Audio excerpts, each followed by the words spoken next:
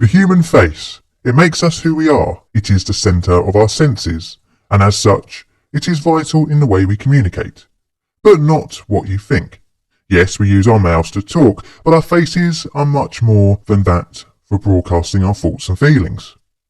Just one look at a person's expression can tell you so much about the emotional state of the individual. A smile, a frown, a scowl, each one can tell you how to interact with someone. Although this is something we take for granted as a natural part of the human condition, some scientists have looked to categorize and study our facial expressions. One such study took place in 1924, and in order to create genuine reactions in its test subjects, various stimuli were used, which would bizarrely culminate in the participants being asked to behead a rat in order to track their facial expressions. My name is John, and today we're looking at the 1924 facial expression experiment. Welcome to the dark side of science.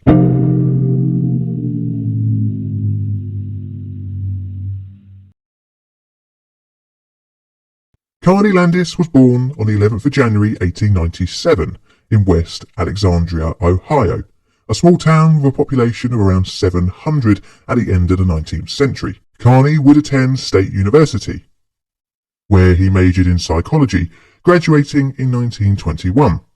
Study would not end for Landis, however, when he gained his master's a year later from Dartmouth College in 1922. This was whilst he was working as a psychology instructor. Upon completion of his master's, Landis moved to the University of Minnesota to study for his doctorate. During his education, Landis read various scientific studies into facial expressions, one of which was Darwin's The Expression of the Emotions of Man and Animals, his third book in his series of works on evolution. The book looks to delve into emotions of humans and animals alike, and features multiple pictures of faces in various different emotional states. For the animal kingdom, Darwin shows various expressive movements of dogs, cats, horses, ruminants, and monkeys. He visualizes various facial expressions in the book, showing joy, affection, pain, anger, astonishment, and terror. The book also has photographs and illustrations of human faces in various states of emotion, from happiness to fear and anger. The book was originally released in 1872, with a second edition compiled by Darwin's son in 1890, and this was likely the version that Landis studied. One of the other main works that Carney took inspiration from was R. Schulze's Experimental Psychology and Pedagogy, translated into English in 1912. This work touches on facial expressions and looks at the links between psychology and education. There are a number of different photographs of subjects' reactions to different stimuli, but it doesn't seek out to find the reason why. The final, and probably the work that Carney would take as a basis for his later experiments, was Herbert Langfield's The Judgment of Emotions from Facial Expressions in 1918. This study would take place at Harvard's Psychological Laboratory. Langfield made use of 6 subjects, 4 men and 2 women, and showed each person 105 images of an illustration made from a photograph of an actor's face. Each expression was meant to convey a certain emotion. After being shown the image, the subject was then required to write down their interpreted emotion. Landis thought that this experiment had a problem though, and that was because of the authenticity of the expression of the actor. The results from the Langfield experiment were pretty interesting, however. Although the study was not unique in finding that we can judge emotion from a picture, look at artwork in general from history, you can tell we can understand emotion from a still image of a facial expression. But it did find that the general consensus from his 6 subjects was that each picture conveyed a particular emotion, even the more subjective images that contained subtle emotional state cues, such as half crying and laughing. In post-experiment interviews, each subject was asked where do they look first when judging a facial expression, and interestingly, each gave slightly different answers. For example, one person stated they stared at the mouth first, and another saying that they tried to imagine themselves with that expression and how it would make them feel. Of course, modern-day eye-tracking experiments are more reliable at seeing what we look at first, but Langfield's experiment is interesting to see the thought processes of the subjects as they examine the images presented to them. Landis would achieve his PhD in 1924, and it quickly led him into the experiment that would put his name down in infamy.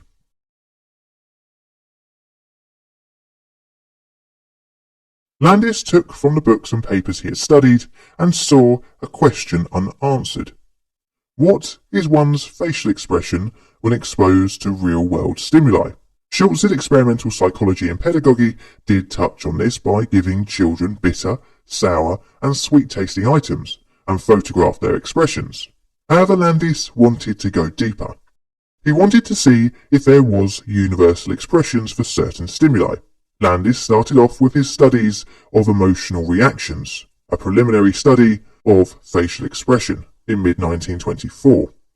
He made use of 19 test subjects, all men from Dartmouth College. The experiment was set up in a regular laboratory room. In order to record the facial expressions, Landis had access to a motion picture and ordinary still-producing cameras. Landis had a specially constructed table, behind which the subject was seated. This was placed in the centre of his setup. In a wall 8 feet from the subject in front of them, several small openings were cut, through which cameras were focused. Before the experiment would begin, Landis said to the subject, "I am making a study of facial expressions. All you have to do is to be seated behind the table and act as naturally as possible in the various situations that follow. Don't try to be emotional or show a poker face. Try to forget the cameras and act natural." Various stimuli from 9 categories were presented to each subject, and after each situation, a card was given to the participant with a number of emotions written on it, such as boredom, abstraction, dreamy, indifference, interest. Also a space labelled feelings other than those mentioned. Each situation, however, would have a slightly different card. The experiment stimuli started off pretty tame, culminating in a fairly harsh finale. First off was classical music, a phonographic reproduction of Die Walküre by Wagner. Around a quarter of the subjects indicated interest, with the remaining showing indifference or boredom. Landis noted of the facial expression of a vacant stare in most. In a similar vein, the second stimuli was jazz music, a phonographic reproduction of My Man. The majority of the subjects indicated a rhythmic feeling, with around a quarter indicating boredom or indifference. This was shown on the facial expression, with 12 cracking a smile, and the opposite for the remainder of the subjects. The third stimulus was, this time, visual, with Giorgione's Sleeping Venus and Bulgaro's Birth of Venus. Both images are of unclothed women.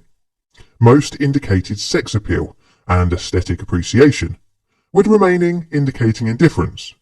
The facial expressions are shown to be smiling or smirking. For the fourth stimulus, they were shown paintings of Christ, and the facial expressions were mainly of a frown, which correlated with most indicating sadness, religious feelings or indifference. From the fifth stimulus all the way to the ninth, things started to get a little bit more cruel, starting with vulgar pictures of direct sex appeal. A strip of pictures depicting various adult acts was used.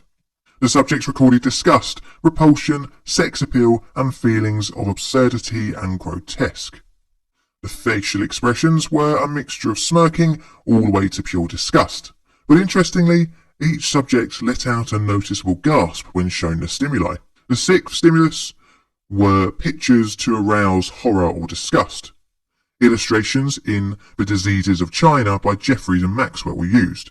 I've looked at the book and it is pretty upsetting with some of the images within. Interestingly, because some of the participants were medical students, a high number indicated professional interest, with the second highest being pity. The expression shown is most indicated by a frown and a closed mouth. Number 7 on the list was odours. This consisted of 8 small bottles with various smelling dilute forms of cinnamon oil, spirits of peppermint and others. But the final was the actual interesting item. The bottle was marked syrup of lemon, but actually contained ammonia. Needless to say, the reactions to the sweet-smelling items resulted in generally happy expressions. But the shock of the ammonia yielded an instant reaction of disgust, followed by a small smile. The penultimate stimulant was a bucket filled with frogs. Each subject was told to put their hand inside and feel around.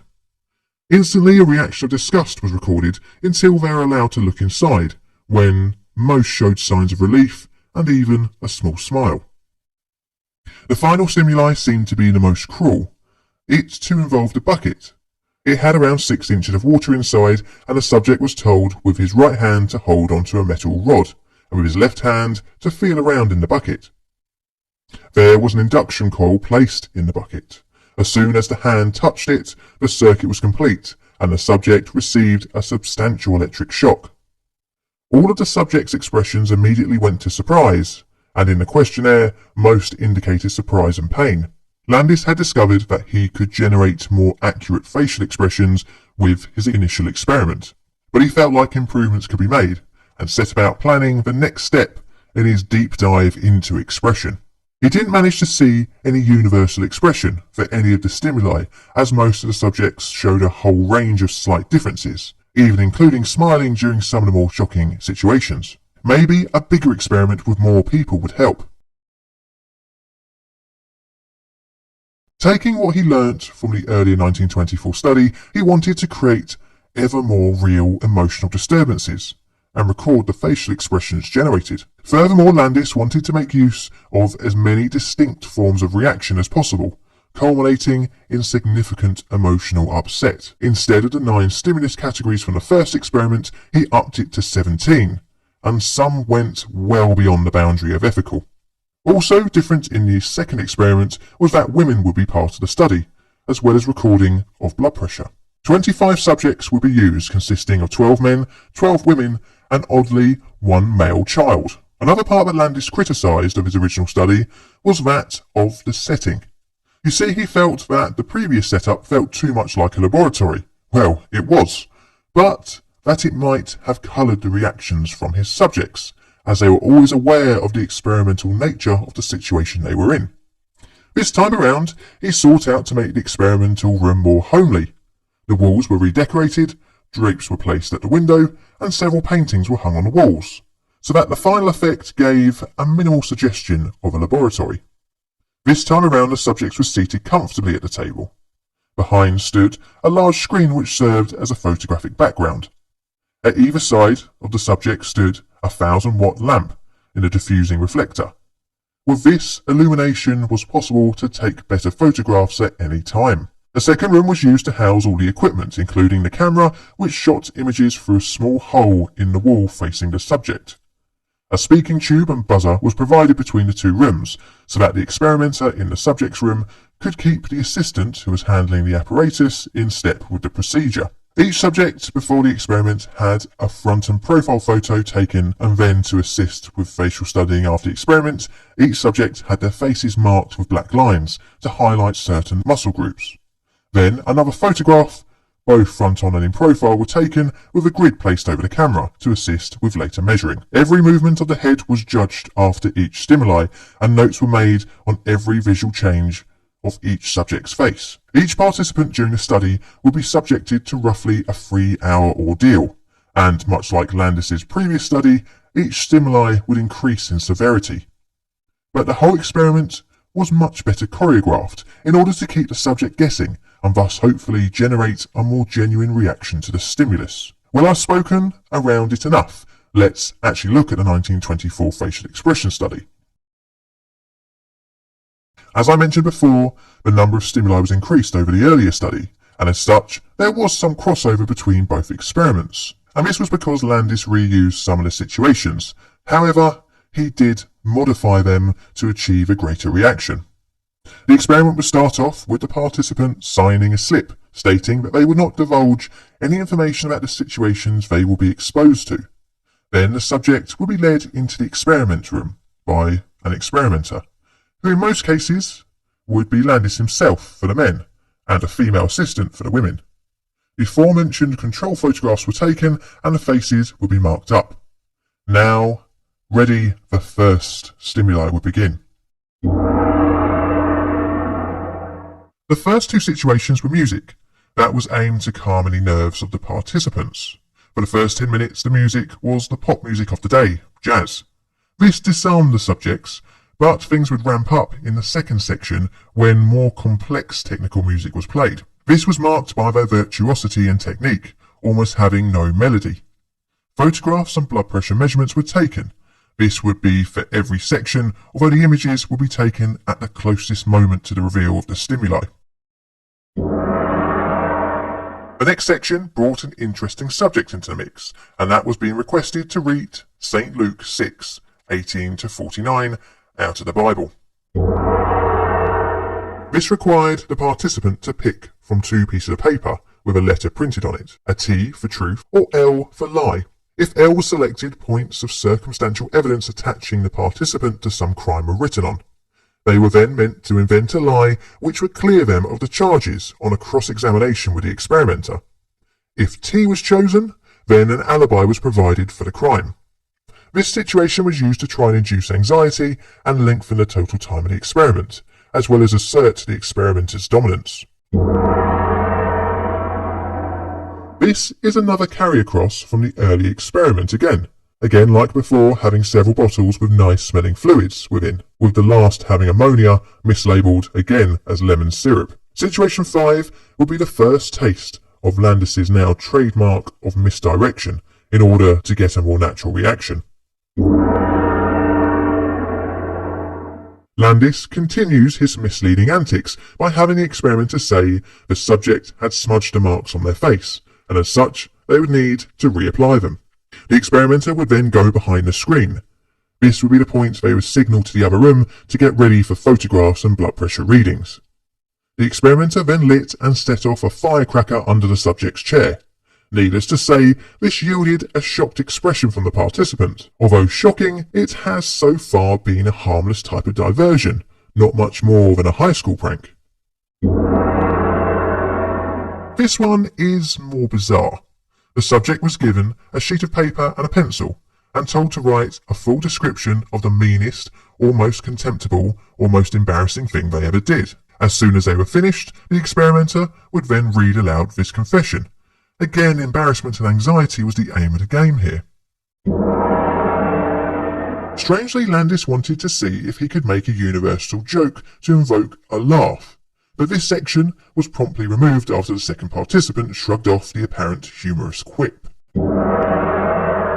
This section, much like the previous experiment, showed pretty unpleasant pictures of various diseases, but this time from the book Atlas der Haut-Krankheiten. Do yourself a favour and don't look it up. I did, and it put me off my dinner. This again seemed a bit like a padding exercise, like the Truth or Lie section 4, but involved distracting the participant whilst they undertook mental arithmetic. Frustration and annoyance were the name of the game here, but it also helped cement the authority of the experimenter as they would hold the subject until they got a correct answer. Naughty pictures. Much like before, these were intended to elicit a shock response, with the experimenter insisting that the subject look these over carefully. The pictures were of an illicit nature. Don't forget that these people were from the 1920s and would probably have had a greater shock value. Much like the previous situation, and involving nudity again, it consisted of posed photographs of feminine artists' models. Again, the experimenter would insist on the subject thoroughly looking at the images. Some of the most salubrious excerpts from the book Psychology of Sex were presented to the participants, and again were instructed to read thoroughly. Again, this was another part taken from the previous experiment, but Landis upped the ante once again. He combined this with the electric shock stimuli. The participant would be told to put their hand in the bucket, and after touching the frogs and reacting, the experimenter would then say, "Feel longer, you've missed something." The hand would feel until it touched the electric coil. The coil would discharge a shock. Again, photographs and blood pressure readings would ensue. Although seemingly cruel, the next part is arguably why we're here talking about this experiment in the first place. The table in front of the subject had been covered with a cloth for the 15th scenario. The cloth was removed, revealing a tray and a butcher's knife. The experimenter then brought out a live rat. The instructions were simple but unbelievable. Hold this rat with your left hand and then cut off its head with the knife. 21 of the subjects were given this instruction. Some willingly performed the execution with little prompting. Others offered some resistance, but after continued orders from the experimenter, would eventually capitulate. 15 in total would comply with the authority figure and execute the beheading. 5 who would completely refuse would then have to witness the experimenter perform the task themselves. One of the subject's beheadings, as Landis would later note in his paper, for various reasons was not performed. Little did he know that Landis had stumbled upon inventing a behavioural study of obedience, some 40 years before the infamous Milgram experiment. Clearly, Landis found electric shocks to be pretty handy in psychological experimentation, as he managed to wrangle it in again. The subject's arm was connected to an armband and a stethoscope. Both of these were attached to an inductorium. The subject was given a card which had 2 numbers printed on it, and told to multiply these mentally while they received electrical distraction. The electric shocks were increased and decreased in order to wear the subject down. Landis would later write, "This situation, following the long grind of the other situations, brought about a very real disturbance." The electric shocks continued either in Landis's own words, some very real emotional expression was given, or it was apparent that the subject would not give away any marked expression. Which makes you wonder how long this would have gone on for. Only one person was actually able to correctly answer the multiplication question. This one is also a little bit cruel. The experimenter would step behind a curtain and make some loud noises, as though preparing for another situation. After enough stress was exerted on the subject, the experimenter would step out and say, "Well, that finishes it. Just as soon as we get the final blood pressure and respiration records, you are through." The final situation was to see the effects of sudden relief after a period of stress. The experiment generated tremendous amounts of data, hundreds of observations, and around 711 photographs to sift through. Landis and his assistant started working their way through each photo, discounting any that did not show any discernible reaction. After sifting through all the data, Landis settled on a 17-point summary of the experiment, and it was a real mixed bag. He concluded that he did see a difference between the genders in their reaction to the same stimuli. He claimed that men were more animated than their female counterparts. He categorized the main facial expressions to pain, surprise, anger, exasperation, crying, disgust, sexual excitement, and revolting, but did not see any uniform reaction across all the subjects. And essentially the study failed to meet one of its key questions, if there were certain facial expressions for each emotion. But there was not. We are, after all, individuals, and the way we react to things, unsurprisingly, is individual. But Landis's results were not really the most important part of the experiment. It was his unknowing discovery which has gone down in history. The setup of an experimenter and an experimentee inadvertently led the study down the path of showing the human condition of obedience of authority. 15 out of the 21 beheaded the rat. Something that many people, I'm sure, even in 1924, thought to be a severe action. Not something many would be willing to do, be it on moral grounds or just from being squeamish. But someone with authority nudging them was all that was needed to end the poor rodent's life. This is where the ethical concerns also come into play, as it could be considered animal cruelty to kill for no other reason than to kill. Even the deaths of the rats weren't swift.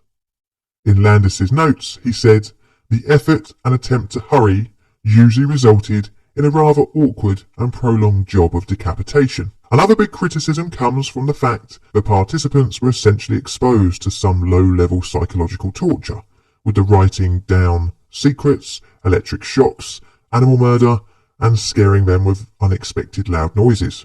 Unsurprisingly, the most striking photos were from the shock and surprise situations. Using a male experimenter for the male participants and a female for the female participants also makes the results problematic. Really, there needed to be a control group and a much larger study group. Nearly all the participants were from a university background and did not represent a good section of society. Also, and on top of all those concerns, it was seemingly like Landis wanted to break almost every ethical issue.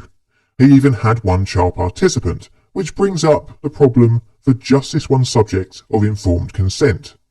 Needless to say, Carney Landis and his experiment has aged to history like a fine 1-pint bottle of milk. This period in history was a bit of a wild west for psychiatry experiments, with the baby Albert experiment just 4 years earlier in 1920, and the Gaia and Donald experiment just after in the early 1930s. The animal and human cruelty elements of his study definitely wouldn't get past the board nowadays, and the experiment didn't really further the study of emotions much. The controversial experiment did not, however, affect Landis's career, where he would release multiple papers and books, even interestingly speaking out about the issues with psychosurgery. He would spend most of his career working at Columbia University from 1932 to his retirement in 1959, but sadly he wouldn't enjoy his retirement for too long, as he would die in 1962. I'm going to rate this subject between a 5 on my ethical scale and a 6, for reference 1 being no problems and 10 being pure evil. Where would you rate it? Let me know. This is a Plain Difficult production. All videos on the channel are Creative Commons Attribution Share Alike licensed. Plain Difficult videos are produced by me, John, in a currently sunny corner of South East London, UK. Help the channel grow by liking, commenting and subscribing. Check out my Twitter for all sorts of odds and sods, as well as photographs of other things, as well as hints on future videos. I've got Patreon and YouTube membership as well, so check them out if you fancy supporting the channel financially. And all I have to say is thank you for watching.